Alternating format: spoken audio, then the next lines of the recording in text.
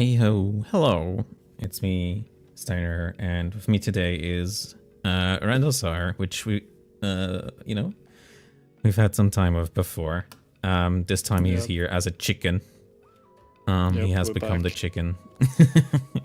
To our little, podcasting situation here, which has no name or anything, no branding.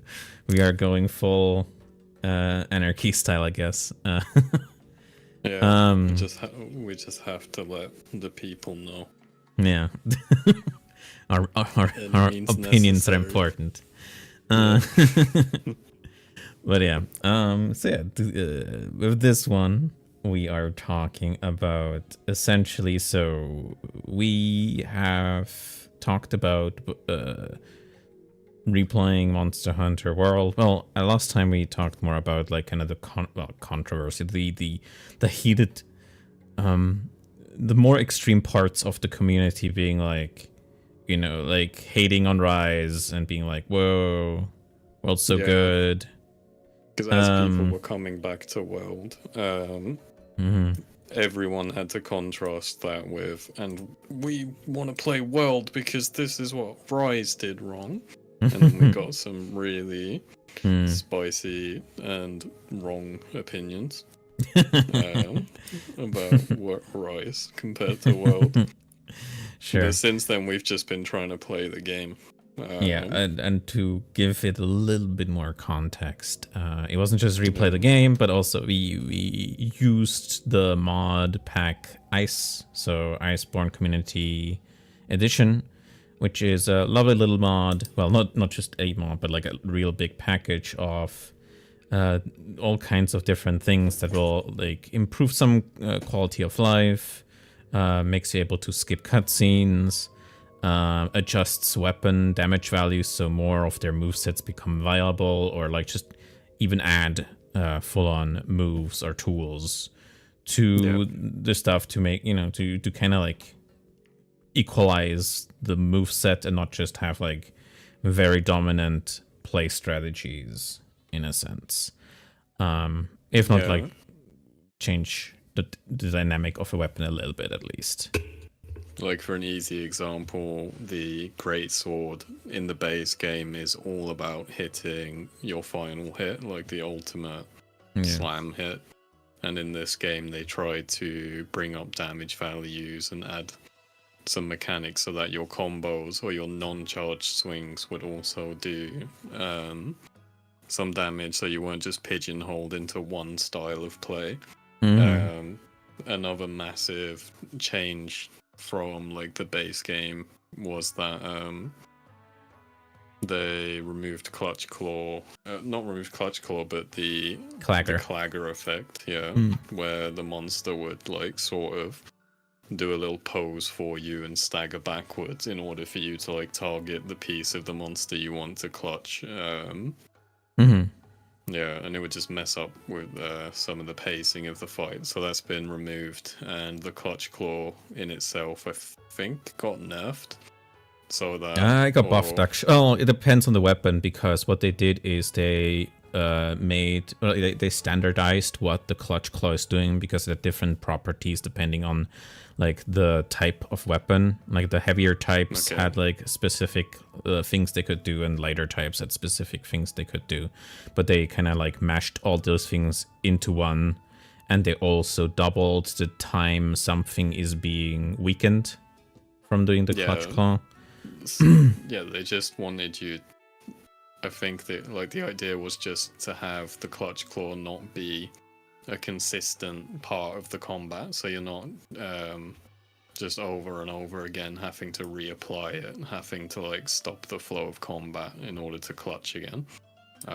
So that was like a major. I think one of the major changes of the mod, or one of the things that you notice the most. Yeah, for sure. And yeah, so since last time we just about finished low rank, I think, when we started talking about it. Or we were coming to the end of low rank. We were in like fighting Teostra, so we were like the final few monsters, basically. Oh no, that's high rank. Tiara still Yeah, is high high rank. rank. I mean, we were just finishing off like base world and going into the expansion.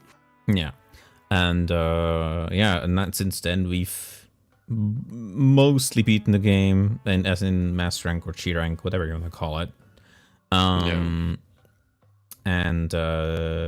we have, how should I say, like we have now some reinforced opinions. Yeah. And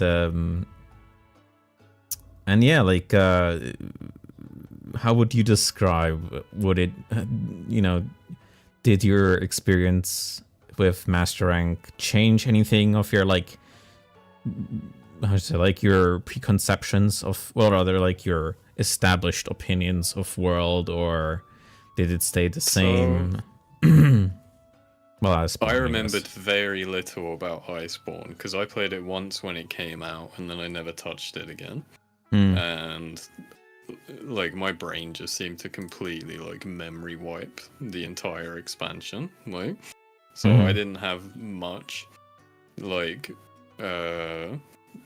preconceived notions on how the expansion was. I think that my main feeling that I had the first time I was playing it was I was kind of just like desperately hoping that Monster Hunter would get back to something closer to what it used to be in terms of like challenge, in terms of the difficulty, because base world had the mantles, it had like moving while you're healing, it added so many like accommodations to the player, and if you had been playing Monster Hunter for many years before that, to get a game that's more catered to new people coming in, or is just in general easier than the previous games, like, I was just really worried that like the challenge was taken out of the series altogether and that we wouldn't get back to that again,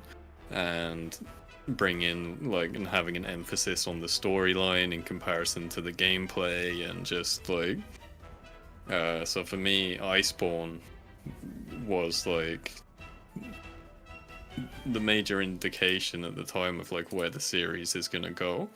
So every inch they made towards playing like the older games, I was like more, like basically just like clinging on to like any sign that it was gonna go back. Like, sure. Like, I guess to kind of give it even more context, so it's not just that you touched World recently, you also played Generations X, or Generations U rather.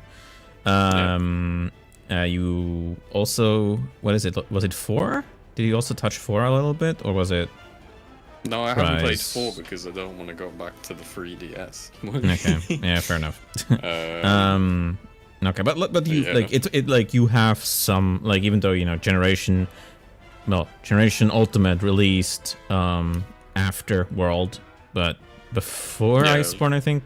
But it still was obviously the old style in some ways. Yeah, but it was also just like an updated older game. So before Rise came out, or like started to get more videos and stuff, we had no idea where this series would go after World. Yeah. Like GU came out because they already had Generations. Yep. So like that's just like, we knew an Ultimate was gonna come out, like, but we didn't know whether that was gonna be like the last like true Monster Hunter game, or for me like the last one that I would really enjoy. Sure. So sure. I was just really nervous playing Iceborne the first time, and I remember a lot of conversation about like, oh yeah, well, this is pretty hard, this is like hard like the old games, or like with the investigations, like, oh, it's not too bad, like there's less cutscenes in Iceborne, and there's less investigation parts where you just have to like run around collecting tracks. Like it's getting more like the classic games, and I'm not sure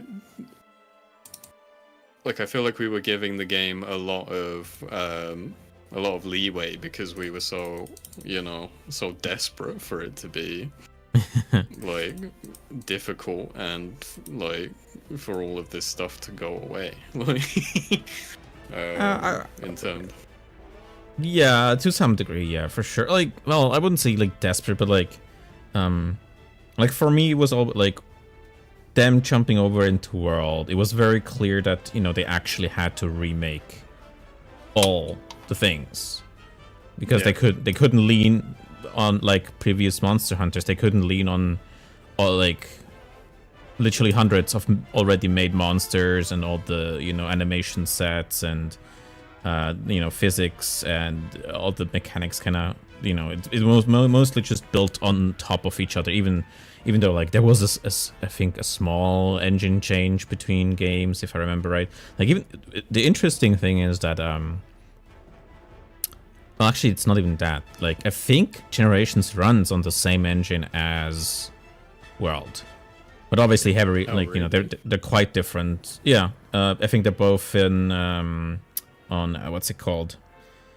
Essentially the engine they've been using since like 2008, ME framework. Wow. I think it's called.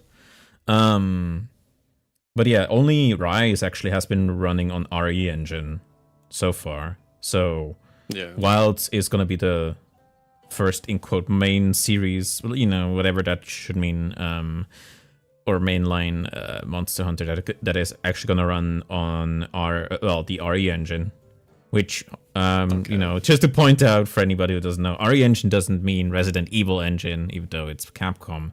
It means Reach for the Moon engine.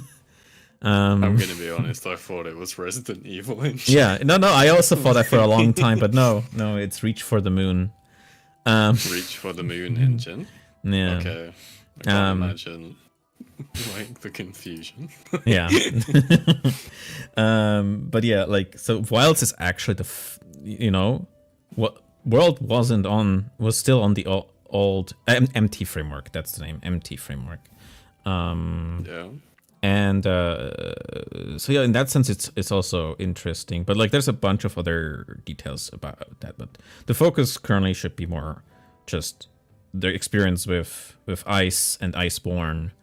And like I said, like so I was, when World came out, I was like, oh yeah, they literally had to remake the entire thing, all new assets, all new effects, all new animations. Well, not all new, but like probably like they couldn't harvest it as like 1-to-1 as in previous games.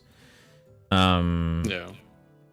And yeah, so I was always like, yeah. It's a you can feel how like if you're used to the previous games, like especially like 4 for you, yeah, because mm-hmm. I started playing the games in free Ultimate, so for me my first game was an Ultimate game. Like, I had the whole base roster and I had like the Ultimate editions, so I was used to that level of like content, just straight like monster count basically, like yeah. And then 4U is like even bigger, and then you play Generations and it's even bigger because it's like Generations is ridiculous. Like, yeah, so like coming into World, like I understood why there isn't as much content because of the amount of work they have to do in order to build that up again. Yeah, to build that up. But so like I am like understanding of that kind of thing. Oh yeah, like I was just more saying, like, for me, like, even though I understood it as well, it still slightly, was like, like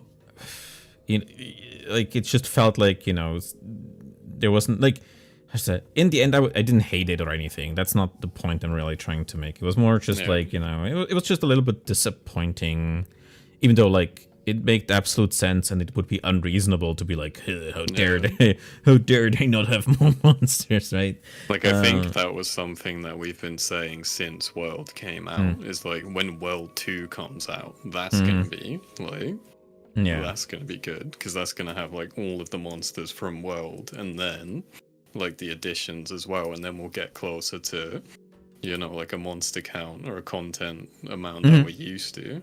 Yeah. I mean, like, you know, Rise was already getting close. Like, Rise wasn't, like, it was already more, but obviously wasn't that much more.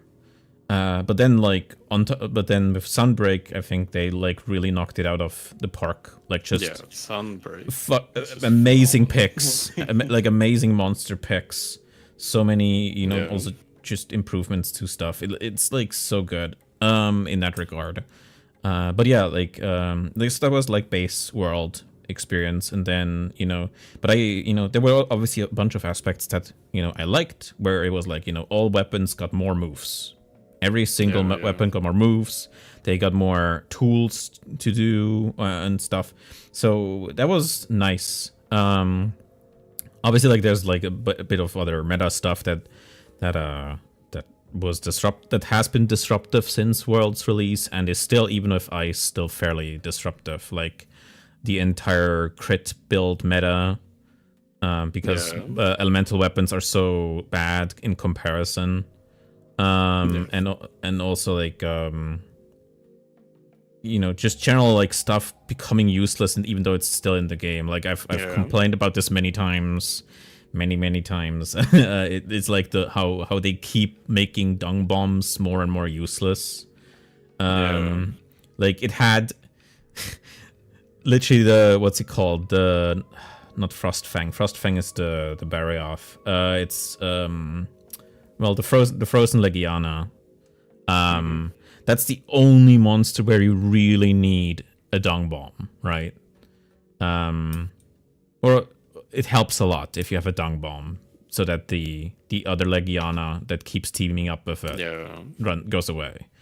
But like, it wasn't like I don't remember specifically, but I remember in the base game before downloading Ice that just other large monsters and also, like, just the local wildlife was just way less aggressive in comparison to you know, with the Ice mod on. So like, it, like, when you have these monsters, like, you come into a hunt, now what other monsters are in the local area actually mean something. Like, I've had, like, while I was grinding some of my materials in Iceborne, like, some of those Elder Recess quests, like Brachydios and stuff, like, I was just constantly getting, like, mobbed by a Tigrex or a Lavasioth. Or Lavasioth would, like, poke his head out of the lava and snipe me, and I wouldn't even know he was there. Like, he loves to do that. Like, there's just a lot of, like, really goofy, memorable moments from the interactions between the monsters, and yeah, it's like you say, like, there's, like, it's just becoming, like, less and less of a thing. Like, in Rise, it's, like, even worse, because like, you get the mount, the monsters hit each other, like, you just automatically get a mount. Yeah. And then, like, depending on if you're on the monster you're hunting or the monster or like the other monster, like, changes, like, which buttons you press while you're mount, but the result is you get a knockdown and the monster runs away. Like, there's just no downside to having another monster show up in an area. You're just like, oh, a free knockdown's coming. Like, it's now what monster it is. Pretty like... much. Yeah. No, absolutely. Like, obviously it wasn't as bad in World in that regard. Like, I think that's one of the bigger mistakes of Rise. Not like I personally I like the mounting more in Rise. I just dislike the values around it, in that, you know, because it's free. It's just free, because the monsters will home in on each other. They will punch each other. Will give you instantly a mount. Will give you the mount attacks. Will give you the knockdowns. And because you also can, you know, do the slapping monsters into each other to get the other to be mountable, you can just double up on damage.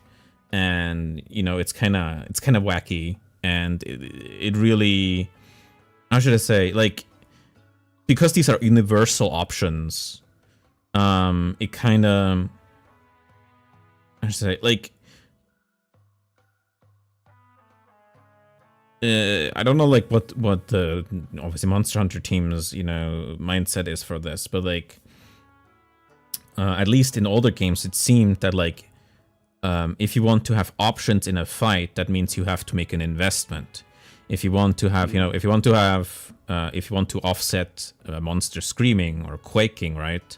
Invest in armor skills to offset these things. If you want the monster to, you need the sonic bomb. So right.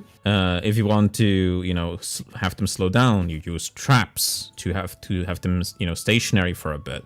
And you would also like, I don't know, like if it's. I think it still kind of does it, where if a monster is tired, it sticks longer in traps. And I know there is monsters that, I think like Rajang, obviously will just, use a shock trap to power himself up if you use it on him. I think that's still in all the games, but like, I'm just saying, like, these were also in all the games. That was like there was always an investment, and it wasn't even like you could get clear benefits off of it, but depending on the monsters, it would vary, right? Like sonic bombs don't work on many monsters, or like only work on like monsters that dig. So there's no point to bring sonic bombs over to monsters that do all these other things, and so like you were, I don't know, like I said, there was always like a preparation angle and a cost angle to these things, and when you combine that as well with the fact that you have limited inventory slots and you can't go back and get more of this stuff, it's just like there's been a lot of fights in Iceborne where like I've had my health lowered from getting carted or something. I just go in the box and get like a max potion out. Like, it's just it's nothing. Like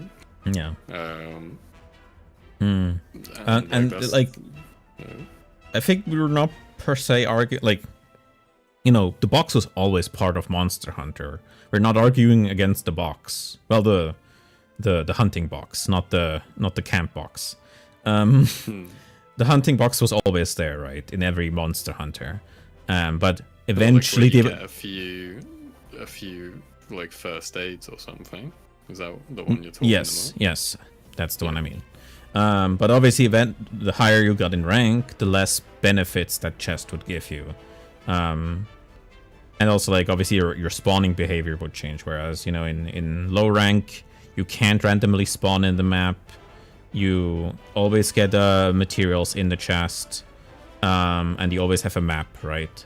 And then with high rank, you still get the map, but I think you already stopped getting potions. I think high rank you normally already stop it, right? And then G rank or master rank, you would have a very high chance of spawning randomly on the map. You would have no map to look at. No map in the box. And there was also nothing spawning in the box, so it was all just empty. Yeah. So that was all. That was all. Like, I don't know. That was all. It made perfect sense in a sense of like, you are now an experienced hunter, so we trust you to bring your shit, right? Yeah, exactly. And they take that away. They say like, no, we're just giving you constantly all these things. You can always get everything and stuff. And that we brought an upside and a downside in the older games to which how many items you would bring as well. Because if you brought too many, then you would have to scroll through the whole list to find the item you wanted. But if you had like your set, like 4 or 5 things that, like your potions, or like you could get to them really quickly as well, because you didn't have that like quick select wheel. Like, I don't hate the quick select wheel, but no, it was just there was just more interesting like thought behind like what you bring on a hunt. Yeah, there was design, right? Completely gone. It's just completely gone. There was intended design behind it, and that's what makes it like very interesting, right? In the sense of like the only thing you think about now is what do I want to put on my farm right now, and remembering to take it out. Like, that's the inventory management in this game. Like, more or next less to nothing. like maybe if you're a new player, like Yeah. learning what all these items do, Mm. and like learning that items actually affect monsters and things, maybe that's like good enough for you. But for people coming back to the game, that is just, or like, you know, people who've played the previous Yeah. ones, it's just it's getting gameplay just stripped from the game in order to make it easier, basically. Or, Yeah, like again, right? Like it's not like these things were, well, outside of like the camp chest, all these things already existed in almost every Monster Hunter there was. I'm not entirely sure if every Monster Hunter had it like that, but like most had it like that. And or like had, you know, when you're low rank, you get newbie support. If you're in high rank, you don't really get that support anymore, but you still get basic tools. And when you're in master rank, then they expect you to be a master or G rank, whatever. Well, they expect you to be a G. if that's how you want to put it. But yeah, like so the overall, you know, we were going through Iceborne, and so a thing that you, for example, before coming back to this, were like what you like to say is you hate how many monsters have beams in well, that's in more World. of a problem further on in the roster, especially. But like I kind of just want to talk about like the assignment order, because like I'm not like entirely negative on Iceborne. Like I think there's some really fun stuff in there. Like like I think it starts off really strong, because like you start off, you have Beatotus, who's just like he's not amazing. It's Giratotus, but like a bit cooler. Like makes chainsaw noises. Yeah, but then you have Banbro, which I think is just like he's a like an 8 or a 9 out of 10. Like that, he's just so cool. Like picking up trees, charging at you. Like it's a melee fight. There's no like stupid ranged attacks that take away from. And it basically uses the. It basically uses the Duramboros model.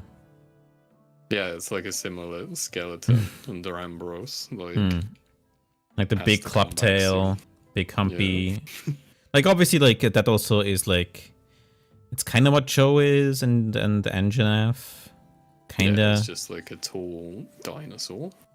Well, T-Rex, yeah. But then Banbro's armor set is really cool as well. Like it's like I think one of the best in the series. Like for me at least. Like especially when you have like all the snow effects in the game and like the cloth effects, like it really starts to shine. Like with Iceborne stuff. And then you like, so yeah, that's the start of like getting into master rank, and I think like those two things are like, well, those two monsters are like exciting fights, and it's just super cool to be in a new area. But then the game gets a bit strange, because you're immediately, well, after that you have like the Toby Kadachi, which I don't feel any which way about. I think it's okay. Yeah, I could take him or leave him, really. But then I think after that you're pulled out of the new area and like put back into these like older maps. Like you have, well, it's only for a couple of hunts, but it's for the Paolumu and the Puke. The Paolumu, like that's like the Viper Toby Kadachi is, it's okay, but like poison is annoying. Poison's always been like a bit annoying. Like I don't know if I like the status effects or like the way they're used in these fights. Because like the Toby is just poison, but it kills you way faster, and it's just like, I feel like that there's just they have Oh, like two things he with also has their bleed. status effects. Oh yeah, and bleed as well. They have like two things with their effects. Either it Yeah. kills you really fast, way faster than any other dot in the series or in the games, or it just drains your stamina to such a massive level that it's like just a massive pain in the ass. Yeah. And there are a lot of fights in Iceborne that are just based around really annoying status effects that you're just constantly having to take off. So, I mean, per se, that's okay. Like, in the sense of like, you know, in older Monster Hunters, you know, you mostly just hit, you know, the wall hard enough where you then just went, okay, time to farm a set to counter the effects, right? yeah. Yeah. Which doesn't happen in World or Iceborne, really, because you can beat those mostly. Like, I mean, you can do it so in the older Monster Hunters too, but I think the wall is a bit higher in older Monster Hunters, I'd say. Especially between like for like key quests or rank up quests. Those are generally like they'd really want you to you know, to buckle down for these, or a bit, you know, or go like a bit harder on those. And again, not that it doesn't happen in World and Iceborne, but like it's a lot softer. And so like also like a lot of the you know, having to hunt a monster to get these stats and or like these nullifying or countering effects to like the status effects that you're struggling with, for the things that the monster can do that you're struggling just with. like in older games, monsters, like I feel like what a monster would used to have as like their big move towards the end of a fight, or the move you'd be scared of, like a laser or a breath attack, or the thing that would apply the element. I feel like these things were just way more rare in the older games. Like, if you're fighting a Rathian, you're only getting poisoned by, like, the tail flip. Or if you're fighting, like, the Rathalos, you're only getting poisoned by, like, Wing Talon. But there are some monsters, I feel like, in Iceborne, like the Nightshade Paolumu. There is just sleep stuff everywhere, all the time. Like, Viper Toby Kadachi, I feel like he has like just way more moves that either do like bleeding or like toxic, or it's just I just feel like the elemental attacks, or the ones that would actually apply the element, were a bit more I don't know, like selective, like whereas spaced now out. it's just like every melee attack would be elemental attack. Well, like once you get to like what's that, like water dragon called Namiel? Namiel, like, yeah. Every attack is an elemental attack. It's just breath attack, lightning attack, breath attack. Like, I know it's an elder dragon, so it's a bit different, but like it's just like kind of overboard, I feel like. I mean, it's a bit that's a bit overblown. It would do like but like its melee attacks are very subtle. Like, it mostly just did like a paw swipe, and then it would do another thing. But like, but yeah, I still see what you're trying to say. Like, yeah, and like breath and lasers would just be a lot more rare in older games. I don't know. So Sure. I start to get a little bit annoyed with monsters doing a laser attack that's going to attack across the whole map, and then they just waggle their head around everywhere. It's like, what am I supposed to do with this? It's only, but it's only, well, you know, not to say like I don't disagree or I disagree. I'm just saying like it's mainly 2 monsters which do it, right? Which is well, actually maybe 3. No, like I wouldn't say like, you know, Xenojiva has like its pattern for lasering, but like it's very slow. Like it's very slow, and you can figure out the But pattern that's also fairly a final well. boss, so I'll give like Xeno Yeah. a pass. But like for example, Val, Hazak, and Namia. Well, yeah, Namia to some degree. Like they have very like much faster head movements, especially the Val. That It's just look, I have Volcana as yet too. Yeah. Yeah.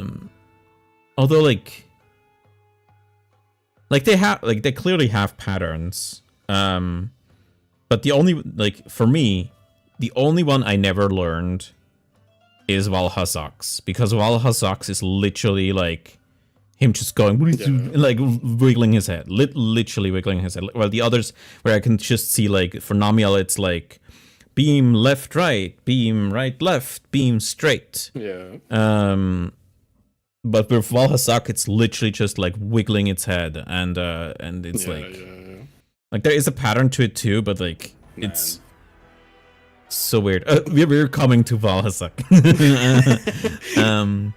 Valhazak just like blows like the lid off on all the things you don't want in a monster. Like that Black Veil one is a mess. Yeah, but like okay, so we hit the middle part where it was like going off, and so then we had Nightshade Paolumu is the most aggressive, or like probably bottom 3 monsters in this expansion. Well, it's also that it's hard coded to go like if it sees, or if the game logic sees that somebody is being hit by its sleep, it instantly goes into its super attack. It doesn't care. It just does it, and it does so much damage compared, like most other things do not hit that hard. And like it's so like it's not like there is no I have a 50-50 chance of it maybe focusing on me. No, it's hard programmed to just go for you. There is nothing that saves you outside of like just having.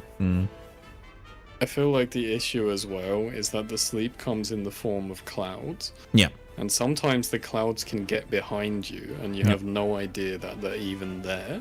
So you'll dodge in what you think, like, you can only see so much with your camera.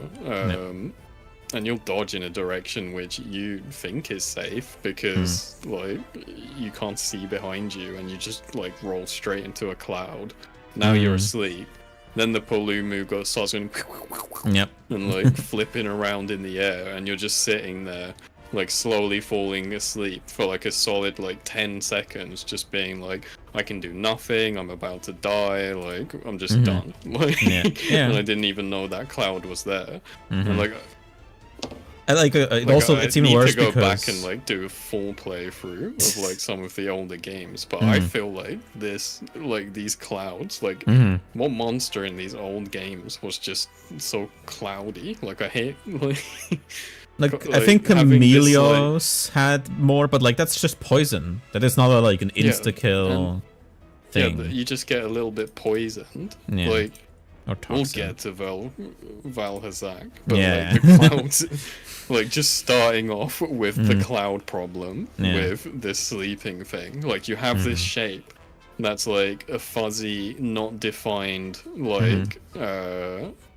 you know, like strict like boundary shape. They move around all over the place. There's so many of them, and if you just slightly tap it, boom, like you're done. Like there's no build up. It's just you go to sleep now. There's no like how deep are you in the cloud. There's no like slow, you know, like scale here. It's just if you tap the edges of where this cloud is supposed to be, you're just done. Like, it's the worst. Yeah, after that, we got back on track more with the actual fun stuff. After that, this is where this is where I start having fun, like in this expansion, because you have the Coral Puke. I have no issues with him. He's just a Puke, but somehow even more goofy. Into Barioth.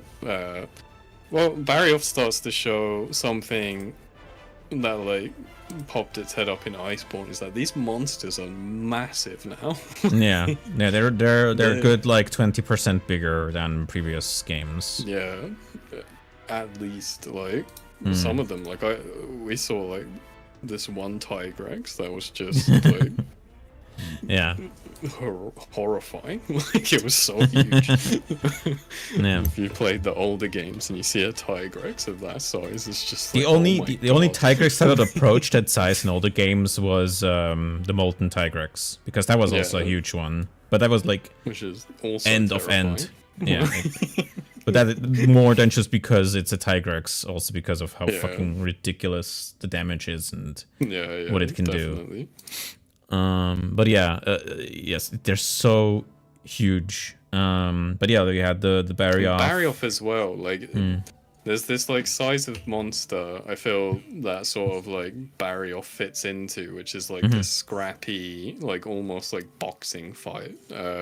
With the size of it, where the size of its paws and stuff in the older game, you could like dodge side to side, and it would like have this really satisfying like rhythm to things. Whereas in this game, like due to the sheer size of him, you have to. I feel like you almost have to like just stay on the outsides in order so that his massive hitbox doesn't just plow through you. Like you have to like try and tip his toes and or like try and like keep your distance from him. Where yeah, just because of the sheer size of everything, and I can't. I don't know why they made everything so big, other than the fact you can move while you're healing, and they still want them to be a threat. Like, Sure. because in the older games, like when you heal, you have to stand still for a while, and like do a whole animation. Whereas in this game, you can just like keep jogging to the side. So I'm assuming that's why they made everything so huge.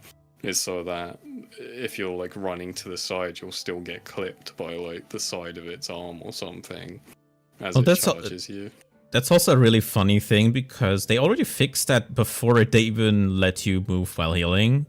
As in, there's monsters that pre-aim where you're going. Yeah. So you have to zigzag some stuff. Like that, they already had that solution, and like they barely do it. I think there's almost nothing that actually checks or like tries to calculate a slightly in front of you, like taking your walking direction and then like adds like a meter or two and says like, okay, I'm shooting here. But yeah, like that's a weird one. That's a really weird one where I'm like they already had the solution to that problem more or less. Because, like, in the like, knowing how to dodge these things, that means, you understand this monster. You learned it. You know how to, handle these attacks. And I just feel like having them a little bit smaller or having them, like, track you, I feel like led better into, like, these, like, scrappy little fights where you're, like, diving between the legs, or you're, like, like, you could be a little bit more aggressive and risky, because the monster wasn't just so huge that, like, no matter where you are, you're gonna get plowed. Like, I don't know. And it also just takes away from the identity of the monster as well, and the feel of, like, the fight when everything is just massive, like, gargantuan, instead of, like, still big, but, like, tiger. Yeah. For sure. What was it? And obviously the other issue is that, readability. Like, if something is so, like, if something becomes bigger than your screen, reading an animation becomes very difficult. Like, obviously they're still, like, they generally still did a mostly good part on, like, uniqueness of animations, but it's getting harder. The point is more, it's getting harder. It's not that it's not doable, but like, if your camera is up against the side of the arena or something, you can't see a thing. Like, it's just like a leg or something. Which makes getting, like, up against the wall in this game just terrifying, because you can see nothing. So then you get Naga Cougar after that, which is, like, these are still really fun fights, but just also like made weirdly massive from the previous games. But yeah, like, I'm still having a lot of fun at this point in the game, and then, like, Glavenus after that, like just hitting like fun fight after fun fight, like really enjoying it. And then Tigrex and then Brachydios, like that whole section of the game is just like hit after hit of like good hunts. Yeah. Like the optional monsters as well in these tiers are like probably some of the best fights like in the master rank. And then it goes a bit wonky. Is it straight up with the Frozen Legiana? I think so, right? Because that's the start of like you subspecies. do the Repel Velcana. Oh, yeah. Where you fight like this is where I would say the biggest problem Iceborne has is the pacing at the end of this game. Like it just keeps like dropping the momentum towards like the harder, bigger, like climactic fights. To do something either just like really like a really annoying fight, a lackluster fight, or just like an investigation or something, or like. And this is the point as well. I feel like something we haven't mentioned is that all of these hunts still have the cutscene requirement. Maybe there's one or two that didn't have it, but the vast majority of this, you're still having to jump in, run up to the monster, trigger the cutscene, and then like both do it, and then the other guy can join. And I remember like a lot of people defending like Iceborne as being less annoying with this kind of thing. And that's like sort of what I was getting at earlier, talking about like people sort of turning a blind eye to some of the Iceborne stuff because we just really wanted Monster Hunter to like be a difficult, challenging, like fun game again. So like we start turning an eye to like how many cutscene like skip things you have to do to like start these hunts, and how that just breaks up the action over and over and over again. Because like I didn't remember, like I just remember everyone saying Iceborne's better, Iceborne's not as annoying, but I was like quite surprised that like every single hunt seem to have like this requirement again, like still to this day, even after the complaints in the base game. Which like it's a fine playthrough if you're playing through solo, but like doing this again for a second playthrough is miserable. We talked about like how like as a like people who only play through the game once might not develop this perspective where it's like how all this stuff is in the way of playing the game, because like the story is not memorable, like, or rather had not, it's so it's functionalistic, but it's also not really exciting in most cases. Like it's literally just, oh, we found a new threat, look at the new threat, whoa, right? And like, you know, the characters are so surface level. Like there's no it's just like the drama, like all the aspects about it are very not superficial, but like surface level. They're all very surface level, so there's not much to really get hooked on or be like, yeah, I really want to see this moment again. It's more just like, yeah, I've seen this, please move on. And then obviously like it being structured in the way it is, where it's like cutscene into 2 minutes of mashing through text to gathering stuff for an hour to even progress to get new hunts even. Well, you know, you could, in most cases you could do hunts while doing the tracks, but like I don't know.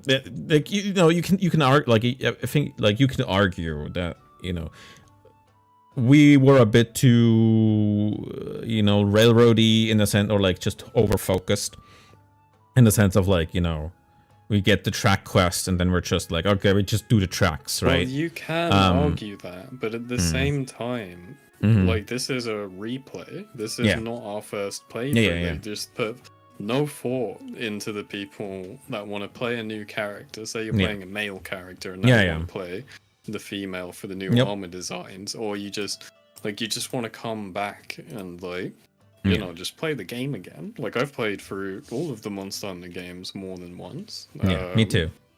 But this is the most miserable replay. Like, if you just want to unlock the hunts and do the end game and just like have it so the game's open now and you can just play with your friends. Because that's the thing, you talk about it being railroady, but like we're trying to play it multiplayer as well.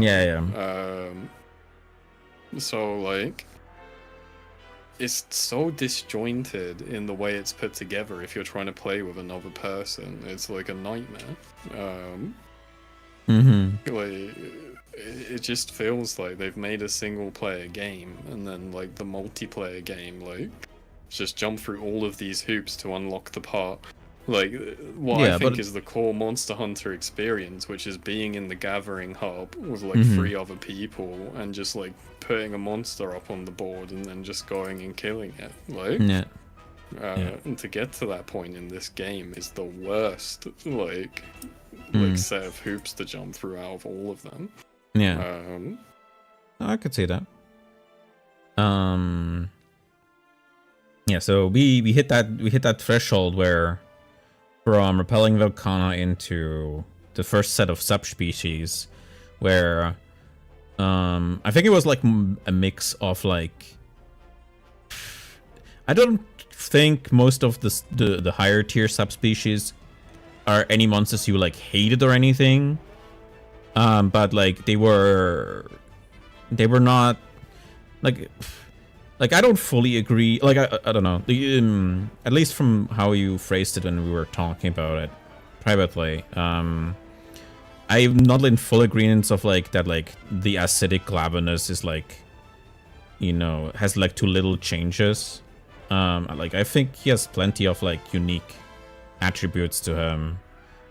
Visual. Okay. Like I don't hate. I'm not trying to say like you hated him, but like it seemed like it's to me I really like the base Glavenus. Okay. And I just think this is kind of like that, but less fun. Like it's just the one I wouldn't choose over, you know, fighting the original. Yeah, and like or Ebony Aldebaran, which you know, he's Aldebaran. I think like. Which is a good fight. Like, which is a good fight. It's one of the few fights in base Monster Hunter world that I would, like, you know, want in different games. Like, really just enjoyable monster. I agree. And when you're fighting the Ebony one as well, he's like climbing up trees and doing wacky stuff, like jumping around the Coral Highlands, which is just cool. Or like grabbing a snack and running off with them. That was cool. But we glanced over the shrieking Legiana. Shrieking Legiana. Was the first, like, well, no, the Paolum is the first one, and this is the second out of 3 big. Just kicks to the shin, I think. Like, how should I say it? Like, it's not per se like.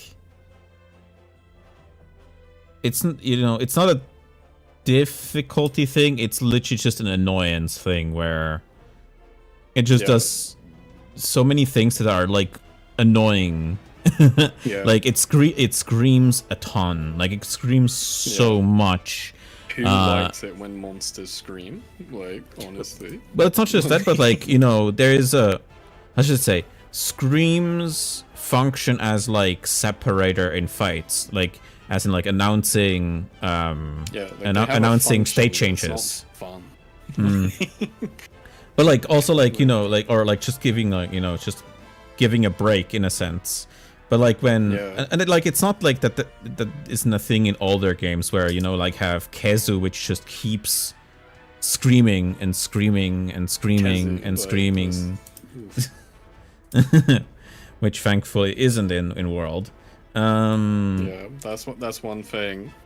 I'll give massive props to World. Did not bring Kezu back. Gave us a little break from Kezu. Thank God. but yeah, like it screams. It's constantly flying. Like it is flying even more than Rathalos, I'd say. Like it basically never touches the ground. Yeah. Yeah, Um. like that's just that in itself. Like Mhm. having a monster based around flying just makes so many of the weapons in this game just really annoying. Yeah. Like flying monsters. Yeah, like they're just annoying. Like you just want it to land so you can play the game again a lot of Yeah, the and time. that ties Like into how they like on the spot did the emergency fix to flash bugs, right? Where it was like, because people were in base world found out, oh, you can mess up Kushala Daura. Like you can mess up any monster, but like especially Kushala Daura, you can nullify by just no, having everybody bring flashbugs and then coordinate the flashbug throwing and turning the fight yeah. into almost nothing. And And then go back to the box and get more, because who wants who yeah, wants to fight Kushala? yeah, because Kushala, it's the worst. It's probably the worst version of Kushala ever. Yeah, yeah. And but then Capcom was like, no, you're not allowed to do it more than 3 times now. You're Yep. only allowed to do it 3 times now, and after that, it doesn't care anymore. Yeah, so what And are that melee and hunters supposed to do? yeah, Like, exactly. So like that, that's done these things, and yeah, so like it's like, okay, so it doesn't even need to do a full stun, just make it land. Like, yeah, just make it so we can fight some more. Like, I don't, it yeah, doesn't even need to do, like, the full knockdown, the full, like, confusion. Just have yeah, it land, like, no, and carry on fighting. Like, yeah, it's too much, man. Like, yeah, and the other thing about this Legiana is that it's just always with the other Legiana, like the yep, base Legiana. And mm, when you start like stacking those ice attacks, and the whole map is just like, yeah. like all over the place. Like, Obviously, yeah, I that's don't know. that's like I said earlier, it's the only place where you want to take dung bombs of it.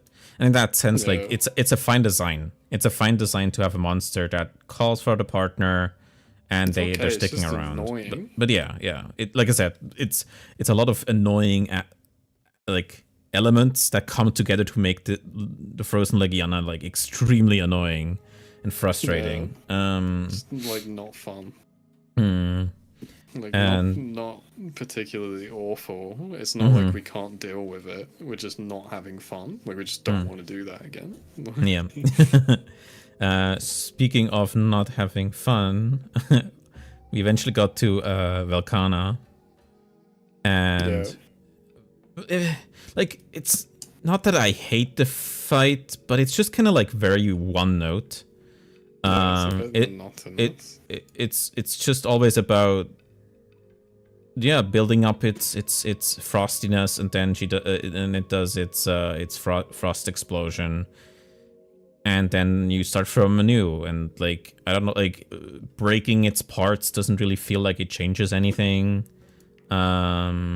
There's not really any, like, outside of like at the end where it can do supers more or faster. Yeah. Like, whatever. Yeah. The pacing is just this constant, like the exact same thing. Like what you get in the first minute of that fight, you're then going to be doing for however massive that health bar is. Because like Iceborne has some of the highest health numbers like in the whole series. Yeah. Well, especially in the format Like we these played. monsters are, yeah, like playing 2 people as well. Like the scaling isn't very nice to like a 2-man team in World. Yeah. Yeah, that starts, and that with that obviously you enter the Elder Dragon tier. And entering the Elder Dragon tier, your first Elder Dragon after Velkana, is our most beloved, the most humble, the most well, shitty monster, one of the one of the worst monsters ever made. And not like, and I'm trying to like pull that back a little bit in the sense of like, I like the visual design of Valkana. I like the ideas behind Valkana. What am I saying? I like the visual design of Valhazak. Sorry. I like the music of Valhazak. I like the ideas of Valhazak. But the combat design, especially around the Black Veil Valhazak, is atrocious. Like, straight up, I've, like, you know, you can complain about how bad the hitboxes are on Plesioth and how, you know, especially the oldest version where it's like waiting 30 minutes for it to come out of the water, and that's like just annoying and just bad. But like, it's not, how to say, like, it's still a doable fight. It's just like annoying and badly made, kind of. Yeah, you just have to learn where these hitboxes are. Like, it just takes like a bit of an adjustment. Yeah. I don't know if there's any level of adjustment that will make Valhazak like, you know, like consistent or doable. Like, this is a mess. Like the crazy thing about Black Veil is, you know, normally when you have an Elder Dragon, well, not normally, but like a good amount of Elder Dragons have like auras. Like, you know, Kushala has his wind aura, Teostra has his flame aura, and similar stuff like that, right? And these things are like, I should say, like, for example, Kushala's thing is more frustrating than Teostra's, because Teostra is literally, yeah, I do a little bit of damage when you stand around my face. Like tiny amounts of damage that are not a problem. Like, but Valhazak, like, you know, even like all the effects, right? So, you know, they gave Teostra Blast. But Blast takes a while to go off, except if you just get mashed. And that's mostly just on you. And the other thing is like, or you start burning, but burning is also, again, you can extinguish that, and if you're doing it fast enough, it's gone in like 2 seconds. Yeah. It doesn't do much damage.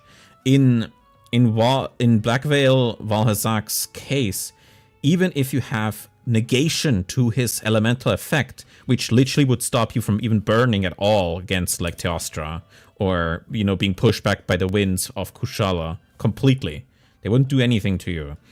In Valhazak's case, it doesn't half your HP anymore, which is ridiculous. But it still ticks for faster and more damage than fire, and it can stack on top of each other, like literally taking like 50% of your HP out in like a second. Like, yeah, that's not how that. And this is the cool new idea for a debuff as well. Yeah. And this is coming from the same guys that made, like, maybe not the exact same people, but the same company that came up with the Gormagala buff. Yeah. Or like debuff. Yeah. Where you get hit with the purple stuff, it like flows around you, and then if you do enough damage before a certain window, then you get a damage boost. Like, how did the people that came up with that come up with this just fog that goes everywhere? And just halves your health, like when you get hit by it. Yep. And then on top of that, will just melt you sometimes. Like, just delete. Does more damage than fire. Like, does more damage than fire. Is constantly around. Like, there's no safe areas. That's another thing. Like, Teostra stuff has very clear areas that explode. And again, if you run into them, you just get the blast effect on you, and that means you have to roll a bit, but that's it. There's no damage on you. In Valhazak's case, again, if you're immune to the effect, you take at minimum fire dot tier damage, and if you're unlucky and it like just one of its pustules just farts in your face, you just lose like because that's somewhere from 10 to 50% of your health. It's not just the debuff, it's how you take, like, how you get, like, hit as well. You're getting hit by these little mushroom things sitting on its arse that spray in a 180-degree arc, like a Gormagala, like, projectile, but they're all over him. and you don't know which way they're going to shoot, and they have long range so they can snipe you off of things.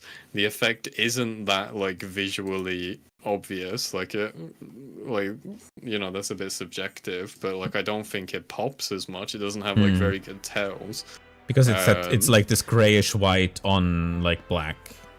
Yeah, well, like they also like visually just, like the mushrooms like blowing up and stuff, like the tell is not very intuitive, like when that's gonna happen. And on top of that, like they leave this like just film on the floor that changes the color slightly, and in some areas in that jungle, the floor is already that color, and you just can't even see it.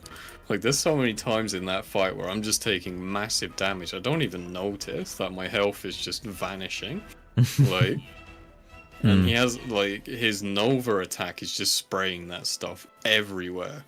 To where you either have to lure him somewhere else or just stop fighting until it goes away. Because, you can't get through it. Like, yeah.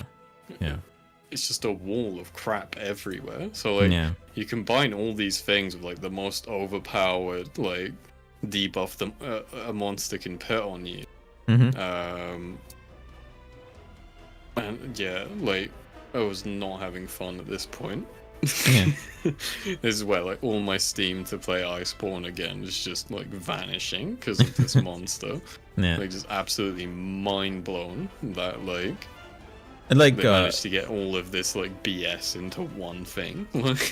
A fun little detail about it too is that like like I know that the to some moves the posture react in specific ways, but they also react I don't know if it's randomly, but like they have like weird behavior on top of having set behaviors during certain attacks.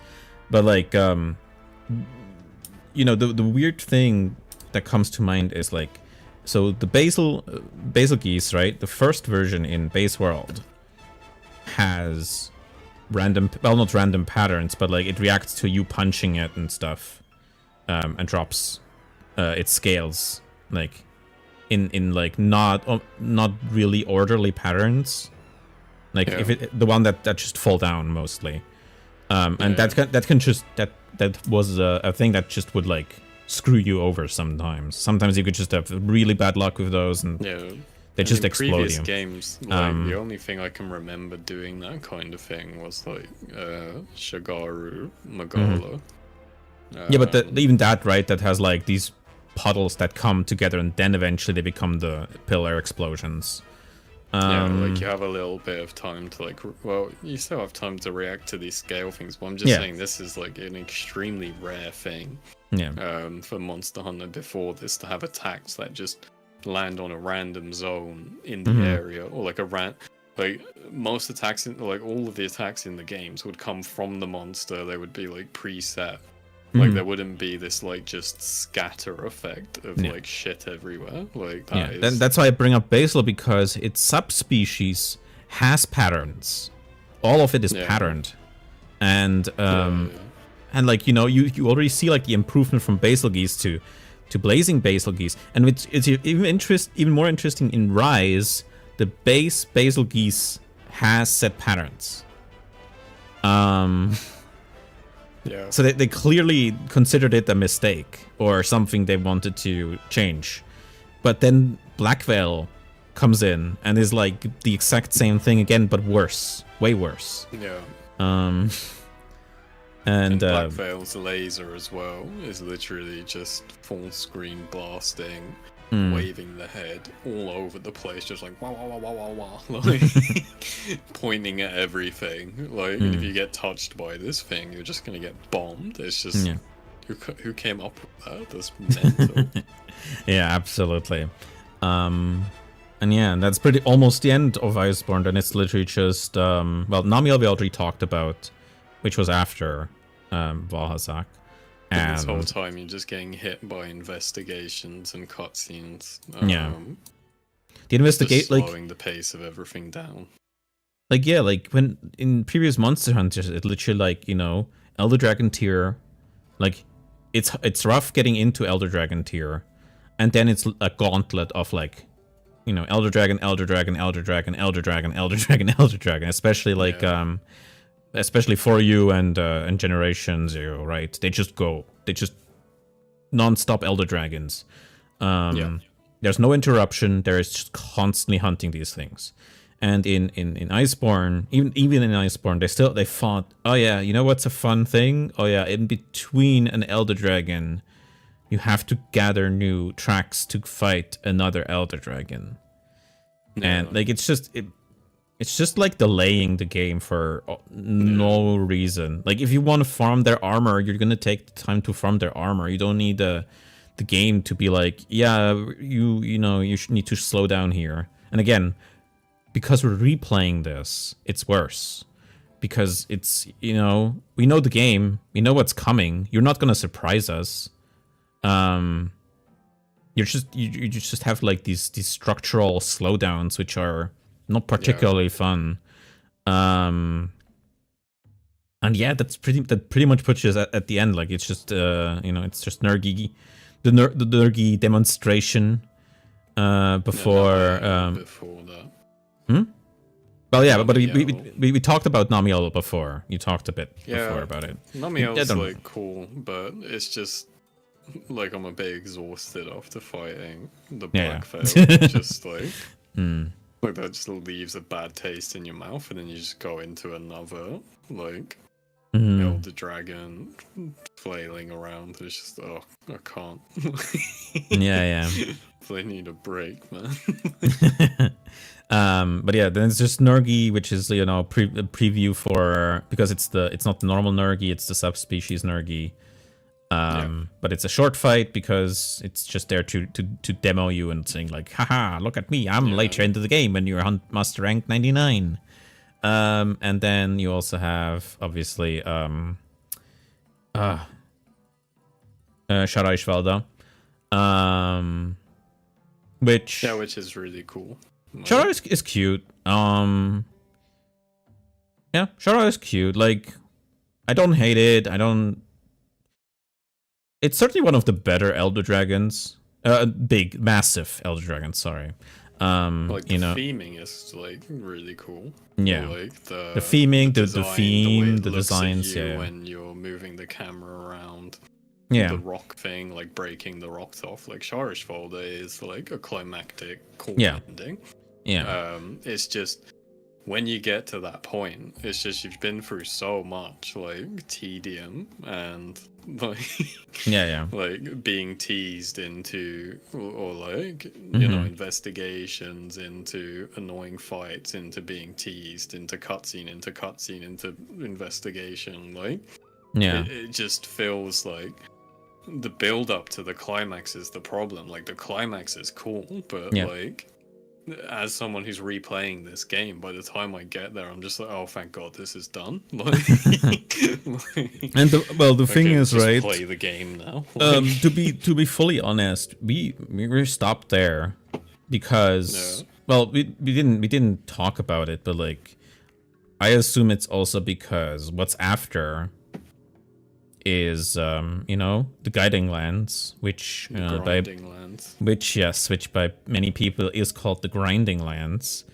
And even though as far as I understood it from the Ice patch notes or like just outliers, they have tuned it down considerably in farming time.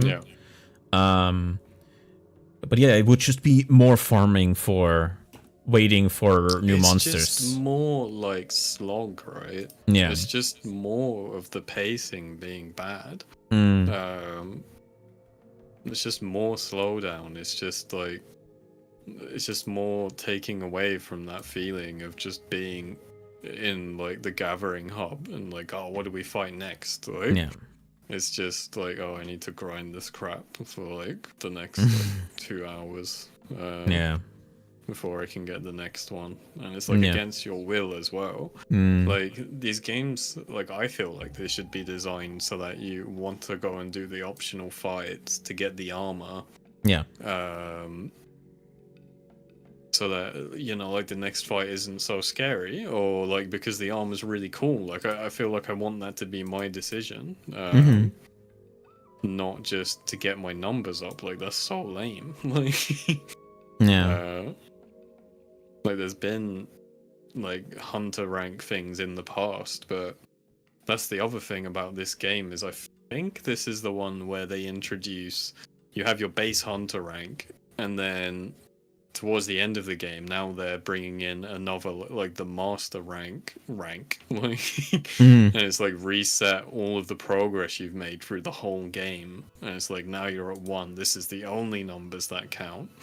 And then that gets even worse in Rise, where they're like, here's your hunter rank. Okay, now you're in like leveling up your master rank. Okay, now you're leveling up your investigation rank, and like this stuff, like, I hate it. Like, it's awful.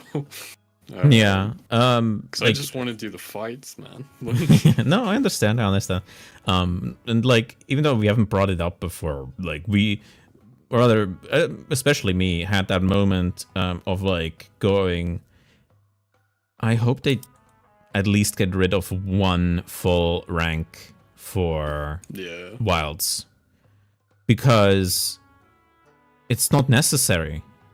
Like, what's like they took out anything that differentiated the ranks outside of like some stats and obviously bigger monster pools, but like you can do that in one rank. You know, it's a bit different, but like you don't need 3 ranks for this, right? Yeah, you don't need to, like, there could be things, because like you have, because you also have like the purple tempered monster hunts as well, which essentially works as its own rank in itself.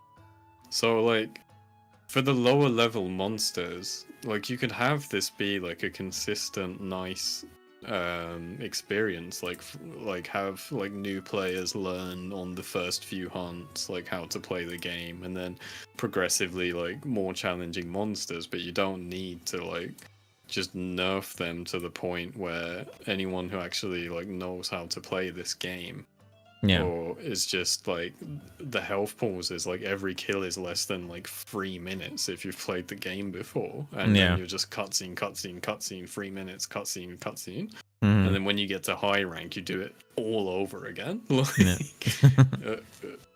It's getting a bit tiring with the like one of the ranks should go, like they should combine low and high, I think.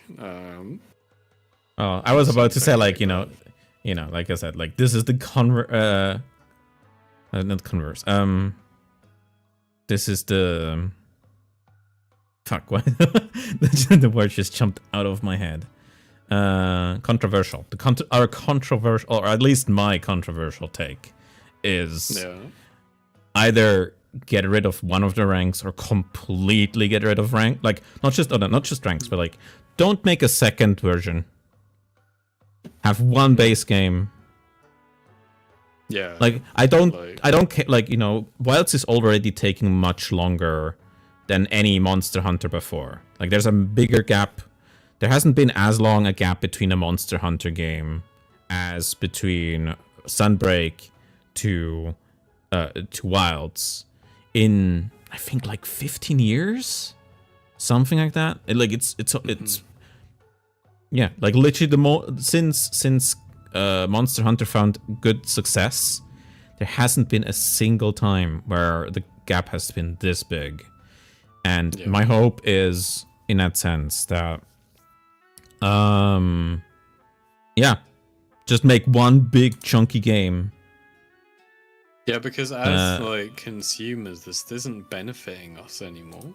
Yeah. Or, like this is making Capcom a lot of money. Yeah. But for us, like we're kind of getting screwed waiting for G rank stuff. Because that's the thing, we're gonna wait this long ass time for this next game to come out, and then it's not gonna have the G rank. And everyone's already at G rank playing level now, even the world players who we like, you know, like to make fun of, but like they're even like playing their master ranks and doing difficult things. Like they don't need, you know, they're gonna need a challenge coming into this sequel as well. Like I think the amount of people that are brand new gonna be coming into Wilds is gonna be like quite low. especially compared to base world. I like, think that's the hard to graphics gauge.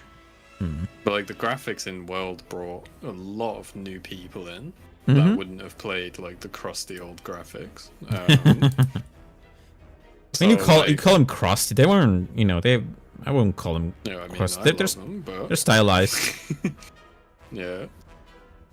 But like, speaking as like someone who wouldn't have played it, like speaking for the people that came in from World, like they need a bit of like some visuals to get them interested in a game. So like I think there's a massive pull for people to like pick it up on World, but I don't think Wilds has that same level of like pull for new people. So I could see just the amount of returning players on Wilds is going to be like at an all-time high. And is everyone like coming back going to be alienated the same way we felt kind of alienated playing World? Like, is this game just going to be too easy again? Like, is there going to be no content for like seasoned Monster Hunter players? Hard to say, but yeah, like I said, the controversial take, my biggest controversial take for Wilds is like it to the most extreme. It's literally get rid of a second release, get rid of one rank. So you can still have like a entry level and a advanced level, but that's it, no more. Like, yeah, like I don't know, like there's just like, or just like I said, like we said, like the replay value, or not just replay value, but like the experience of going from 0 to the end again properly in World is not a fun experience, because it's just constant interruptions and stuff. Not, that's obviously not to say that there, sometimes in all the Monster Hunters you had moments where you had to speak to NPCs for a bit and like, walk from one end of the village to the other and just talk. Not that they were like a lot or like super heavy or anything, but there were moments. But yeah, like, and also like, like I guess to a part it could already be offset by having a more engaging story. But honestly, I think they probably have the Monster Hunter has a lower chance of having an actually engaging story than them just cutting out a tier of difficulty too. I don't know, like, like I don't know, like, to me it seems like the way they create their story is not like they don't have like, let's say, like a squad of writers. It seems like they have like the game director and like some like 1 or 2 writers, and they just come up with like, the writers that they have, they come up more with just like cool ideas for the monsters, or like, or like not even coming up with the ideas, but like the most interesting thing in base world is like people talking about the Sapphire Star and then the final boss having a star on it. Like, it's just like, oh wow, like that's the most interesting writing they had in the whole game. Like it's not even about interesting, it's just about engaging, right? Like there's like the rivalry you have in 3U, in the solo section of 3U and in the solo section of 4U. You have your clear antagonists with Lagiacrus in 3 and with Gormagala in 4. And they're, those function, right? They're functional. They're very, very functional stories, but they work well because they set up these guys fairly early. Like, I think Gore and Laggy both appear, what, like in Hunter rank 2 at the end? Like they appear way before that you can fight them normally. Like it already like sets you up very early of like who's gonna be your, who's gonna be your main challenge. Or your main antagonist, for a while at least. Not, Nergi is around, Sora is around. But like Sora, Sora is already very different because he's a huge elder dragon, and so you have already a weird relationship with him, but also like it's not a normal hunt. Laggy and Gore are both normal hunts. They're just representatives for this is the end tier, right? Or this is as close-ish to the end tier, and then obviously Elder Dragons. Which obviously with Gore went even further because Gore then eventually turns into Shaggy, and Shaggy is the end in that sense. Yeah. So yeah, like there was like a enjoyable, like, just again, like it's not like it's intellectually stimulating or like a fantastic prose or anything. It's just like it just gives you a clear goal, and the challenge of getting to that goal is exciting. And they at certain intervals remind you of these goals, whereas in World it's like weird, like it's not even that they don't do these things, but like there is something about the structures and how they incorporate characters and stuff that just makes it, I say, like less fun, at least to me. I don't know, like, yeah, I don't know, it's just weird. But yeah, I think that wraps up most of the stuff we have to say about the Iceborne experience, Ice and Iceborne experience. I mean, what's like a last thought you have for your Iceborne experience? I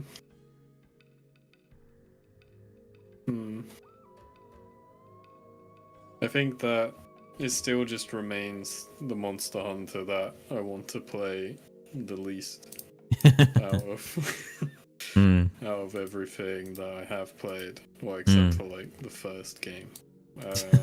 And it wasn't the second one also fairly rough? Or do you have not? Oh, you haven't touched that one, right? No, I haven't played the second one. Yeah. Like after I tried playing the first one, I got scared off of the original OGs. Everything before Freedom Unite. Yeah, basically. Yeah, like it's like just we talked about, it just doesn't feel very welcoming to people who are like Monster Hunter players, and it still doesn't to this day. I feel like a lot of people had their experience of like playing through World, and then they just sort of they had their playthrough. It was probably really fun. Like they had their storyline or everything. Like that's fine for them. And then, and then they just like grinded the end game on the same character for a long time. And if that's your experience, it's probably a really good time. But if you're coming from like older games, and you're just waiting to get to the challenging content or like the fun fights, like they're so few and far between, and the really fun like challenging section of this game you either have to grind a long time for, or it's just like a couple of master ranks, and then you have to go through all of the low rank crap, all of the high rank crap, all of like all of the master rank hunts that aren't that good, just to get those few like really fun like that section of the game. And it's just like I just don't think it's worth it when you can play Rise. Like and Sunbreak is just every single monster is a hit. Like Yeah. Like, I don't think there's anything in Sunbreak that I would, really complain about, except like Kezu. But That space Rise. yeah, but that's like returning. But like even the base Rise roster, aside from like having Kushala and Teostra again, the base Rise roster is good as well. Like, I don't have many issues with that either, and you can just play through the whole game seamlessly without these cutscene interruptions. You can see each other throughout the whole village. You can like just straight from like almost the start of the game, just get in the gathering hub, like start playing the game, and it's just fun. I just like, that's what I'm looking for from a Monster Hunter game. But like, if you've never, like, if World was your first experience, I guess you just have a way higher tolerance for the changes they made. I don't know. Yeah, I could say that. But yeah, my take on it is more like, I don't know. I was always like, I think even you, like, we're both not really saying like we hate this game, but like, there's just parts that are frustrating and not enjoying. Like, yeah, you just don't enjoy them as much because you're just like, all this stuff is just getting in the way, and it's, like, you can clearly, like, there's clearly a lot of qualities that are nice and good and you enjoy, but there's also, there's like just, a counterweight of like things that you're like, ugh. And yeah, I think that's more or less it, kinda. I think, like, as we've said before, we have no clue how much and how big the changes will be in Wilds, because the changes could be massive to the formula. It's, you can speculate, like, there's nothing wrong with speculating. There's so many things you can speculate about Wilds, and for some people that's very exciting. I think, parts of it I found exciting too, but I'm also like, I'm not, how should I say, like, even though I like Monster Hunter a lot, one of my, it is one of my favorite game series ever. I'm not like super up, like, I'm not obsessed about it, right? I'm just like, when I see new things about it, then I'm looking at it, and then I'm like, okay, cool, Monster Hunter, yeah.